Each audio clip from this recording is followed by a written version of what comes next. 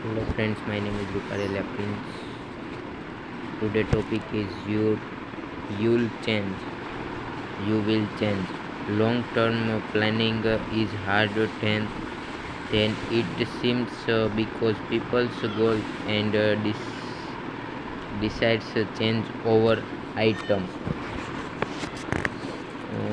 You I grew up with a friend who came from neither a privilege nor nature intellect, but was the hardest working guy I knew.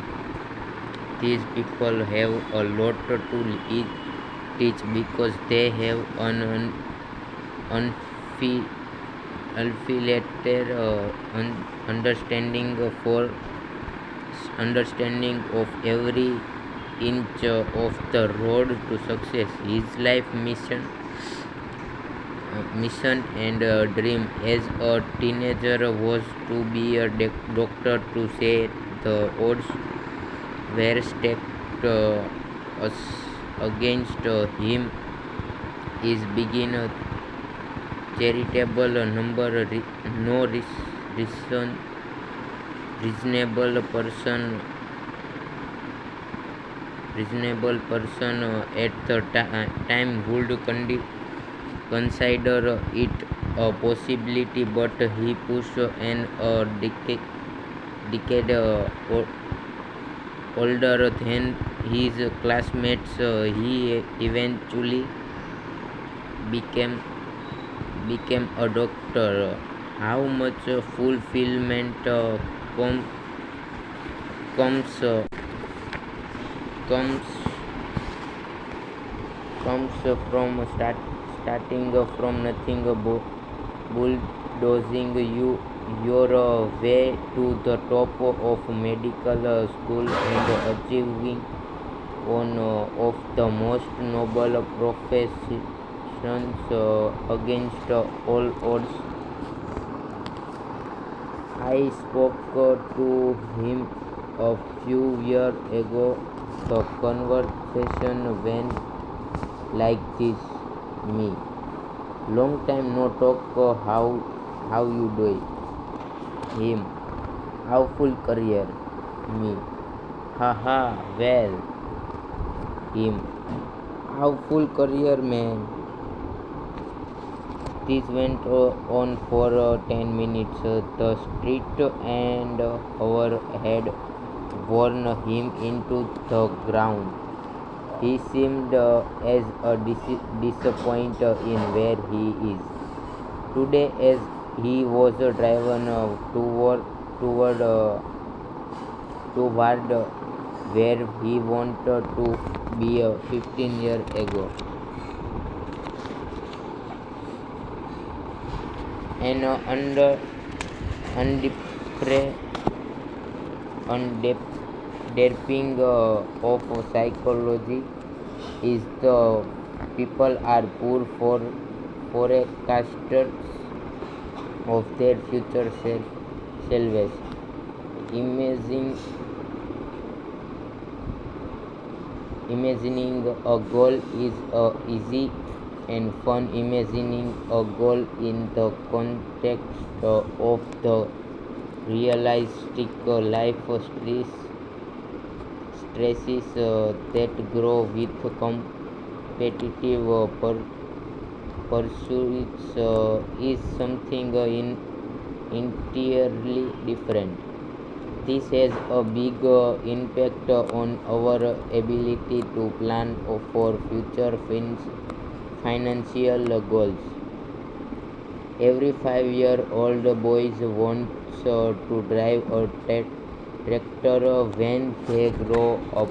Few job look better in the eyes of young boy whose idea of a good job and ends begins and ends with boom, boom, boom, beep, beep, big tractor, here I come.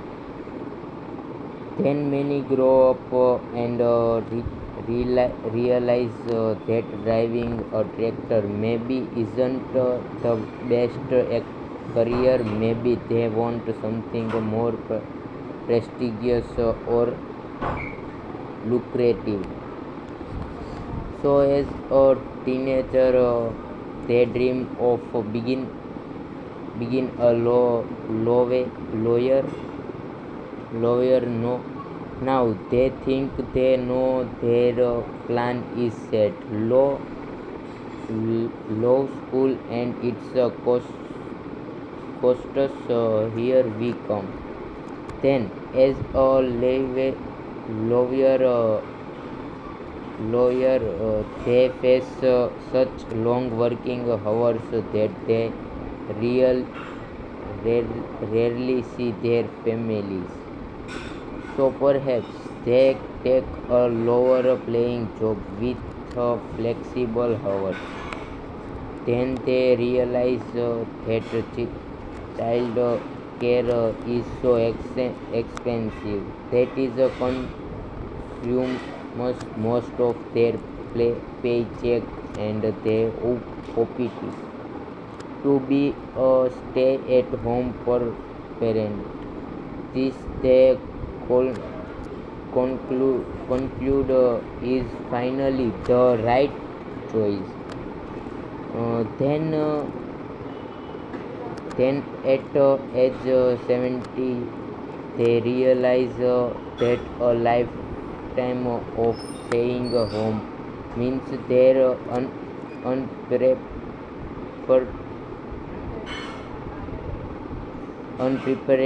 to afford retirement. Many of us mind through life on a similar trajectory.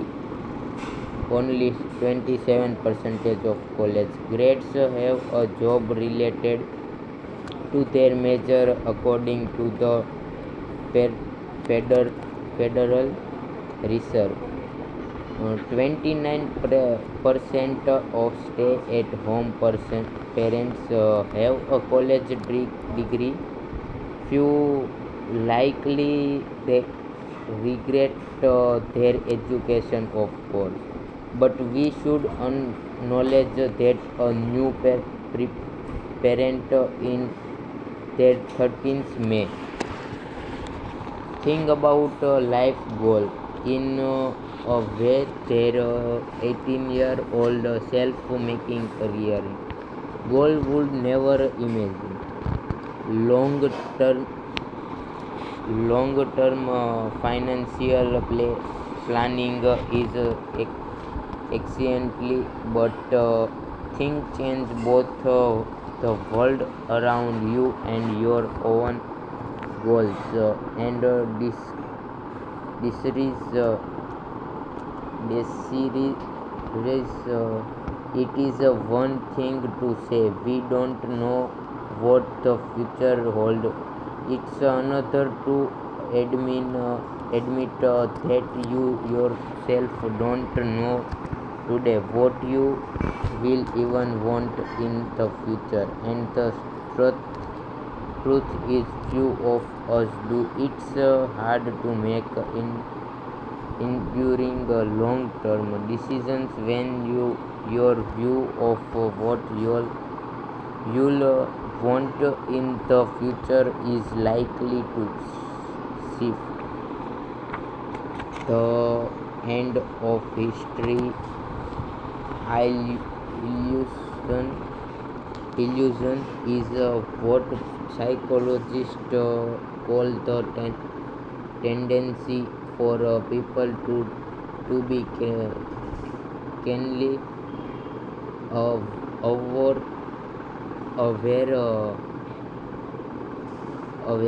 of how much they've changed in the past, but to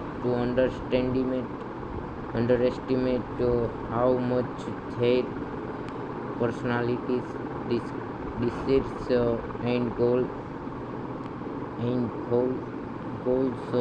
are likely to change in the future. Harvard Psychologist Daniel Gilbert once said, at every stage of our life, we make decisions that will profoundly in, influence the lives of the people we're going to become, and then when we become those people, we're not always tri- thrilled with the decision we made. So young people pay good money to get tattoos removed, that teenagers pay go to money to get middle age people used to divorce, people who young adults decide to marry. Older adults work hard to lose what middle age adults work work hard to gain, on and on and on. All of us, he said, are walking around with illusion, illusion, illusion that history, our personal history, has just come to an end. That we have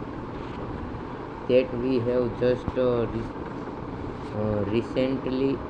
recently become the people that we were always meant to be, and will be for rest of our lives.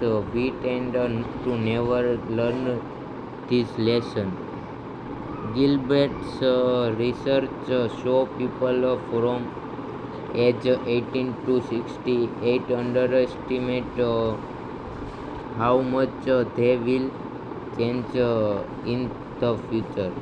You can see how this can impact a long-term financial plan. Charlie Munger says the first rule of compounding is to never inter- interrupt it unnecessarily. But how do you not interrupt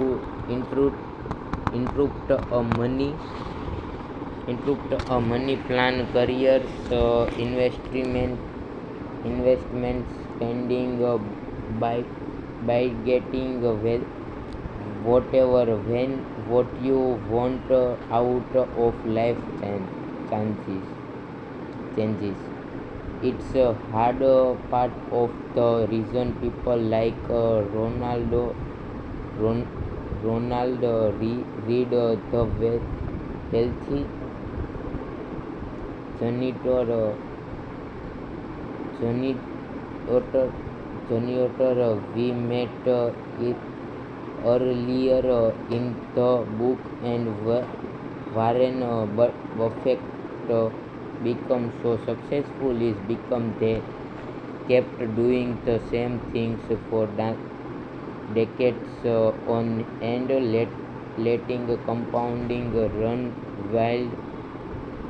But many of us evolve so much over a lifetime that we don't want to keep doing the same thing for decades on end, or anything close to it. So rather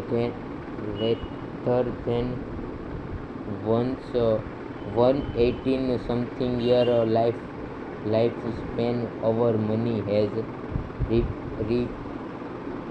re- perhaps for distant 20-year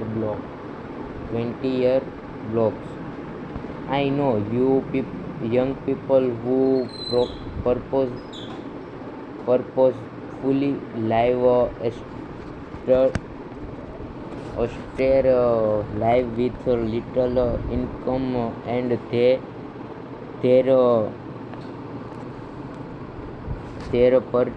perfectly happy with it. Then there are those who work their tails off to play for a life of luxury, and they're perfectly happy with that. Both have risk. The former risk begin unprepared to rise raise a family or fund retirement. The latter risk regret that you spend your youthful and healthy years in a cubicle. There is no easy solution to this first problem. Tell a 5-year-old boy Tell a 5-year-old boy he should be a lawyer instead of a tractor driver, and he will di- disagree disagree with every cell in his body. But where are two things to keep in mind when making what you think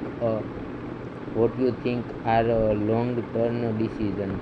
We should avoid the extreme ends of financial playing, assuming you'll be happy with a very low income, or choosing to work endless hours in pursuit of a high one, increases the odds that you'll one day find yourself at a point of regret. The full of the end of history illusion is that people adapt to most circumstances to the benefits of an external plan. The simplicity of having hardly anything, or the thrill of having almost everything wear off. But the downside of those externals, not being able to afford retirement, or looking back at a life spent devoted to chasing dollars, become enduring regrets are especially painful when you abandon a previous plan and feel like you have to run in the other direction twist as fast to make up for lots of time. Compounding works best when you can give a plan year or decides to grow. This is true for not only saving but career and relationship. Endurance is key, and when you consider our tendency to change who we are over time, balance at every point in our life becomes a strategy to avoid future regret and encourage endurance, aiming at every point in your working life to have a moderate annual saving, a moderate free time, no more than a moderate commute, and at least moderate time with your family increases the odds of being able to stick with a plan and avoid regret. Then if any one of those things fall to the extreme sides of the spectrum, we should also come to accept the real reality of changing our minds. Some of the most miserable works I've met are people who stay loyal to a career only because it's the field they picked when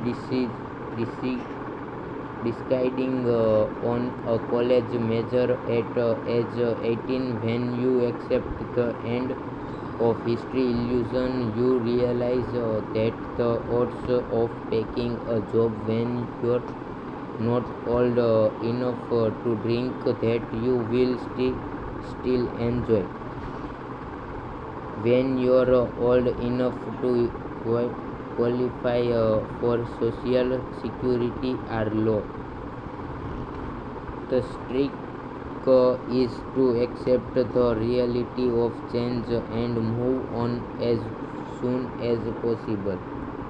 Jason Zweig, the Wall Street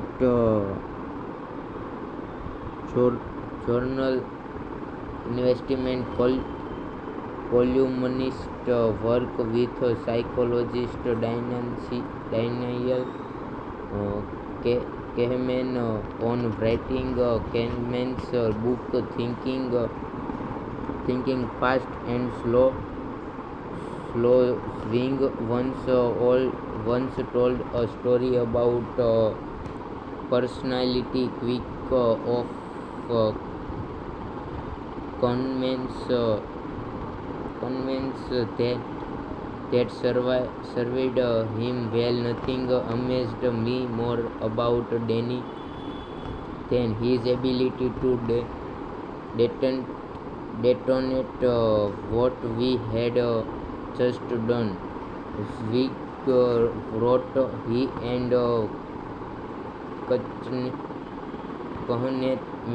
Kahneman could work endlessly on a chapter, but the next thing you know, send a version to utterly transform that it is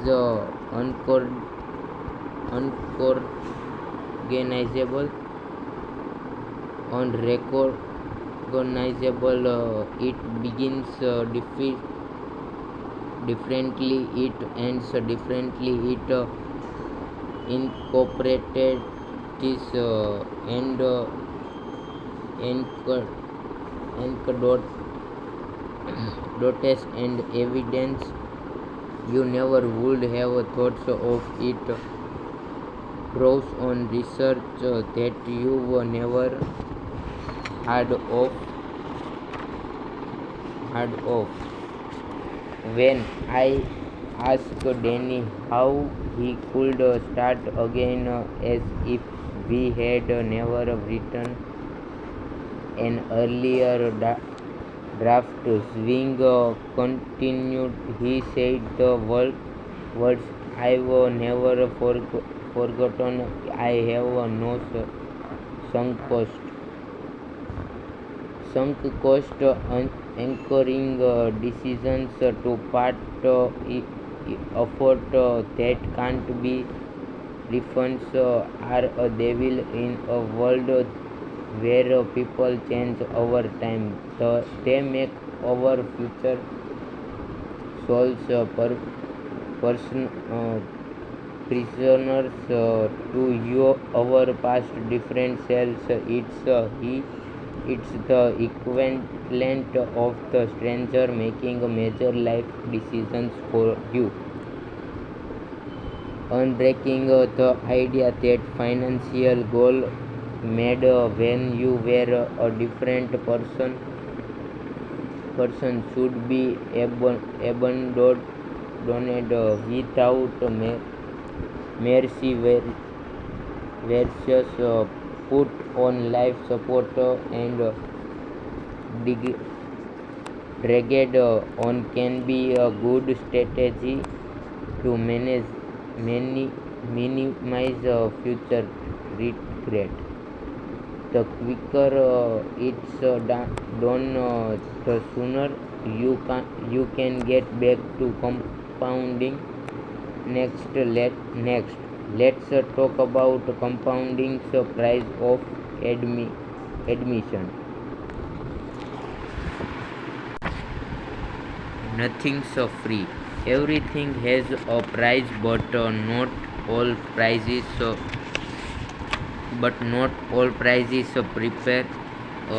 prepare on labels.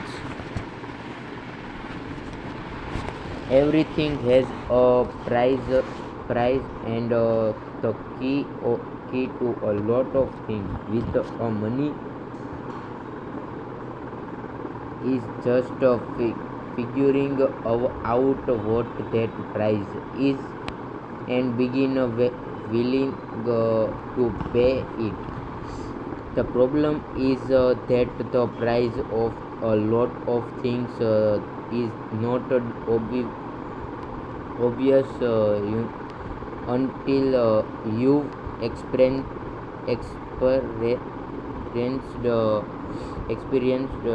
them firsthand. When the bill is overdue. General Electric was the largest company in the world in 2004, worth a third of $1 trillion. It had either been first or second each year for the previous decade. Capitalism capitalism capitalism's shining example of corporate aristocracy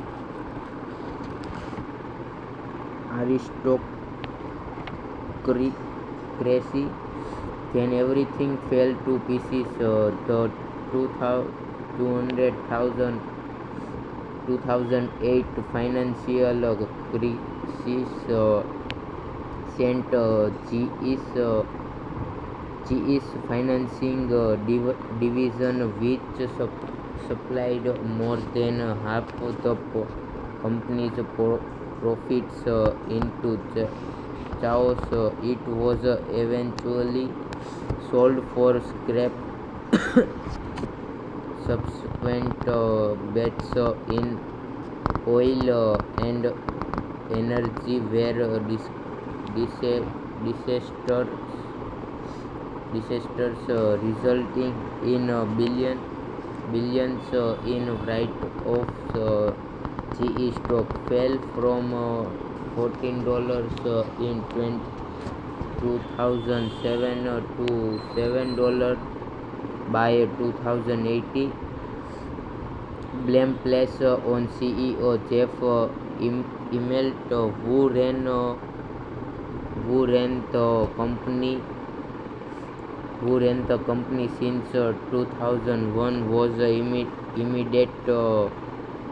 immediate and hers. He was criticized for his leadership.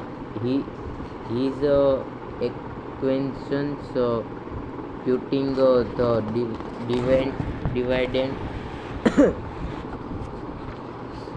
divided divided laying of workers, and of course the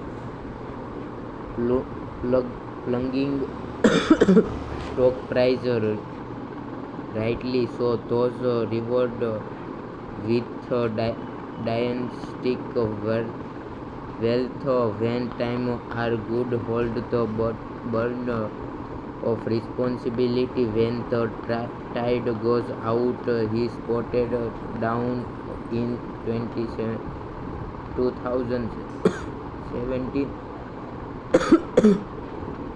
but Immelt said something insignificant on his way out.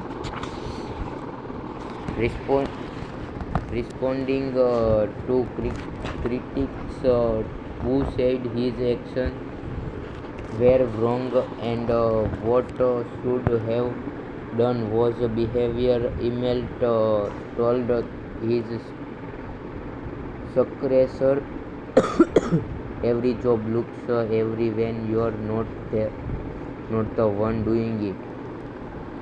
Every job looks every when you're not the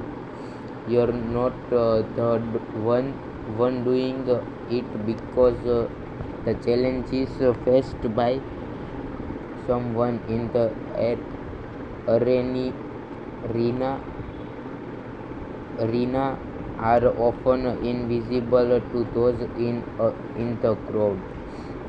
Dealing with the conflicting demands of sprawling bloat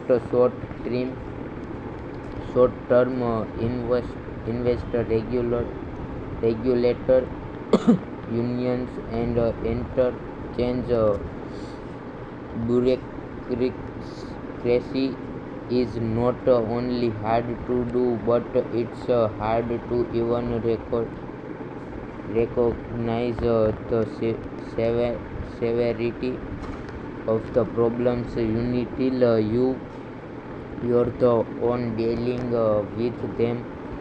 Email's successor, who lasted 14 months, learned this as well. Most things are harder in practice than they are in theory. Sometimes this is because we're overconfident. More often it's because we're not good at identifying what the price of success is, which prevents us from being able to pay it. The S&P 500 increased 119-fold in the 50 years ending 2018. All you had to do was sit back and let your money compound. But of course, successful in investing look easy when you're not the one doing it. Hold stocks for the long run. You'll hear it's good advice, but do not know how hard it is to maintain a long-term outlook when stocks are collapsing like everything else. Worthwhile successful investing demands a price, but its currency is not dollars and cents. It's volatility, fear, doubt, uncertainty, and regret, all of which are easy to overlook. You need You're dealing with them in real time. The inability to recognize then investing has a price can tempt us to try to get something for nothing, which like shoplifting rarely ends well. Say you want a new car, it cost $1,300. You have three pay 300 three pay you have three options. One, pay $300,000 for it. Two, find a chapter use on. Or three, steal is steal it.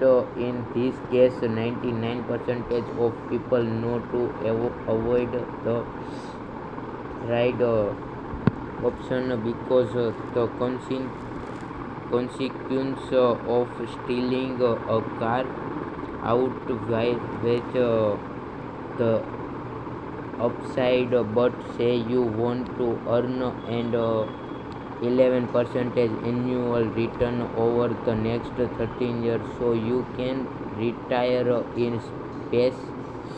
Does this reward come free? For course not. The world is never that nice. There a price tag, a bill that must be paid. In this case, it's never ending towns from the market, which gives big returns and takes takes then them all away just as fast, including dividends. The Jones Industrial Average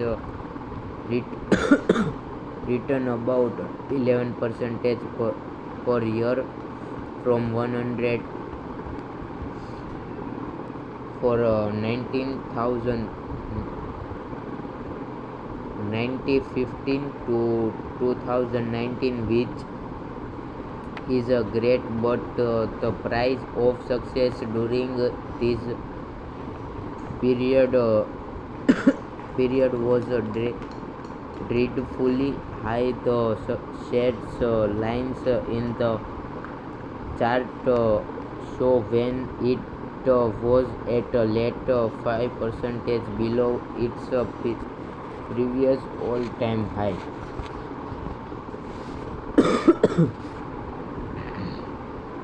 This is the price of market. Return the fee.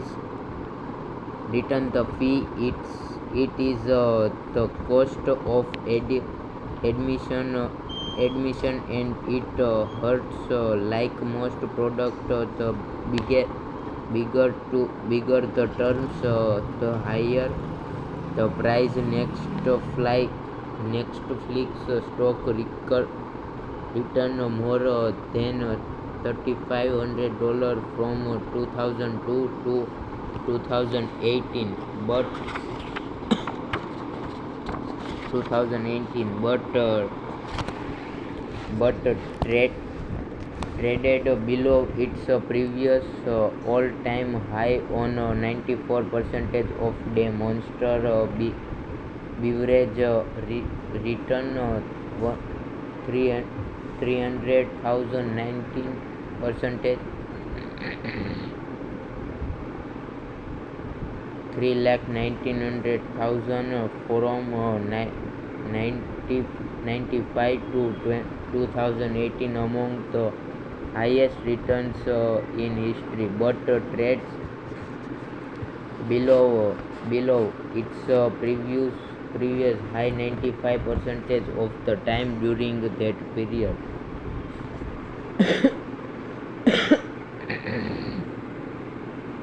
Now here here's the important part. Like the car, you have a few options. You can pay this price, accepting volatility and unstable, or you can find an asset with less uncertainty and a lower payoff, the equivalent of a used car, or you can attempt the equivalent of Grand Theft Auto. Try to get the return while avoiding the volatility that comes along with it. Many people in investing choose the tired option like a car. Thief thoughts, well-meaning and low abiding they from tricks and strategies strategies to get the return without paying the price.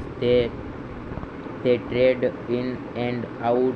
They attempt to sell before the next reason, and buy before the next boom. Most investors with even a little experience know that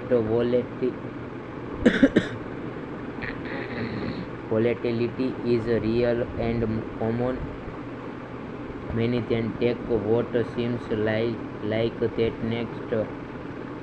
the next logical step, trying to avoid it. But the money gods do not look highly upon those who seek a reward without paying the price. Some car thieves will get away with it. Many more will be caught and punished. Same thing with investing. Morning morning no grass morning morning morning star once looked at the performance of tech- tactical mutual funds. Those was whose strategy is to switch between stock and bonds at opportune times, capturing market returns with lower downside risk. They want the returns without paying the price. The study focus on the mind 2010 thoughts 2010 through late 2011 period, when as a stock market went wild on fears of a new recessions, and the S&P 500 declined more than 20%. This is the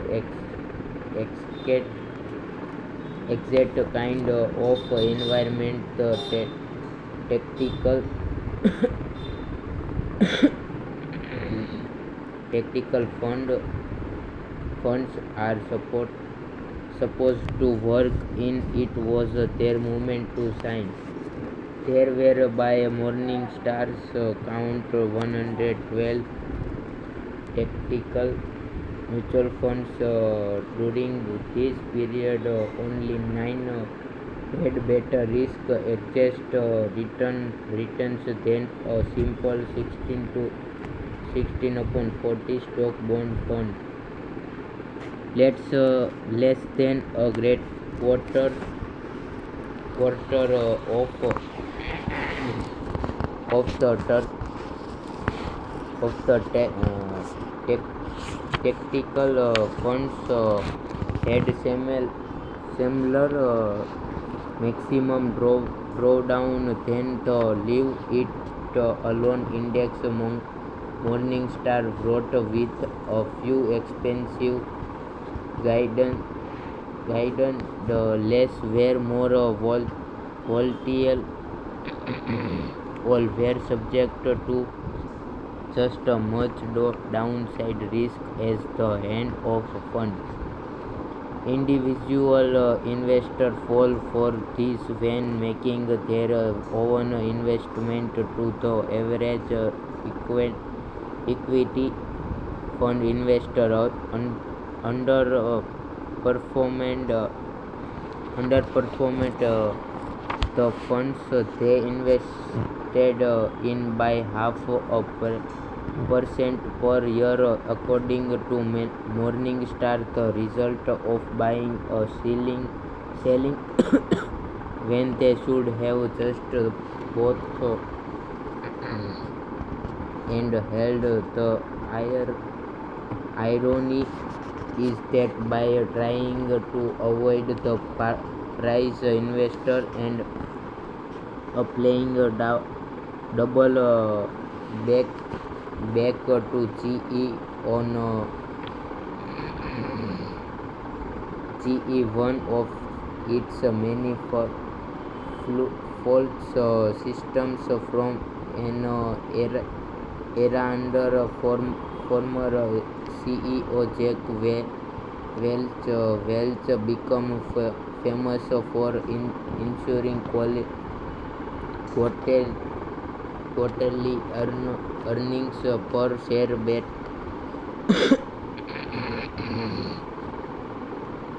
Wall Street estimates. He was the grandmaster. If Wall Street analysts accepted $0.15 per share, Jack would deliver $0.26 no matter the state of business or the economy. He'd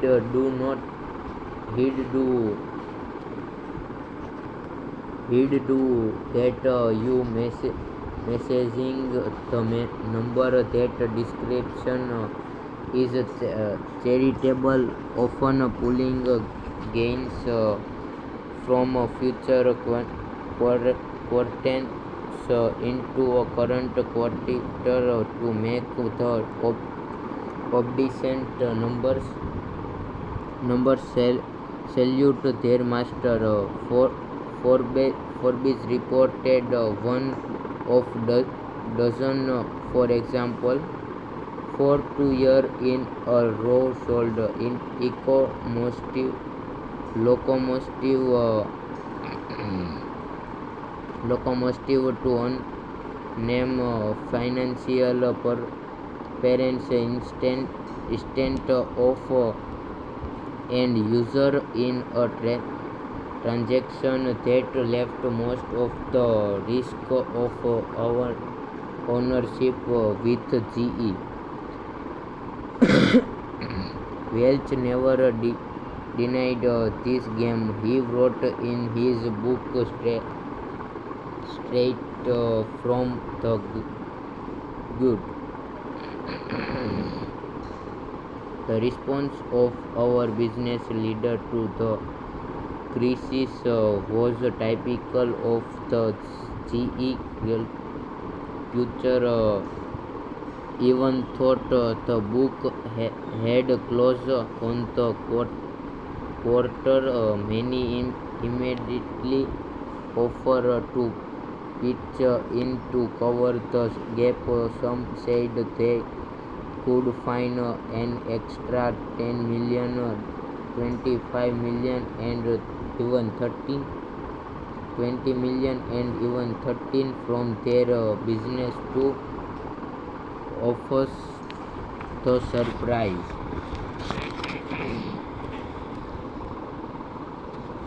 Often to have a surprise. Thank you.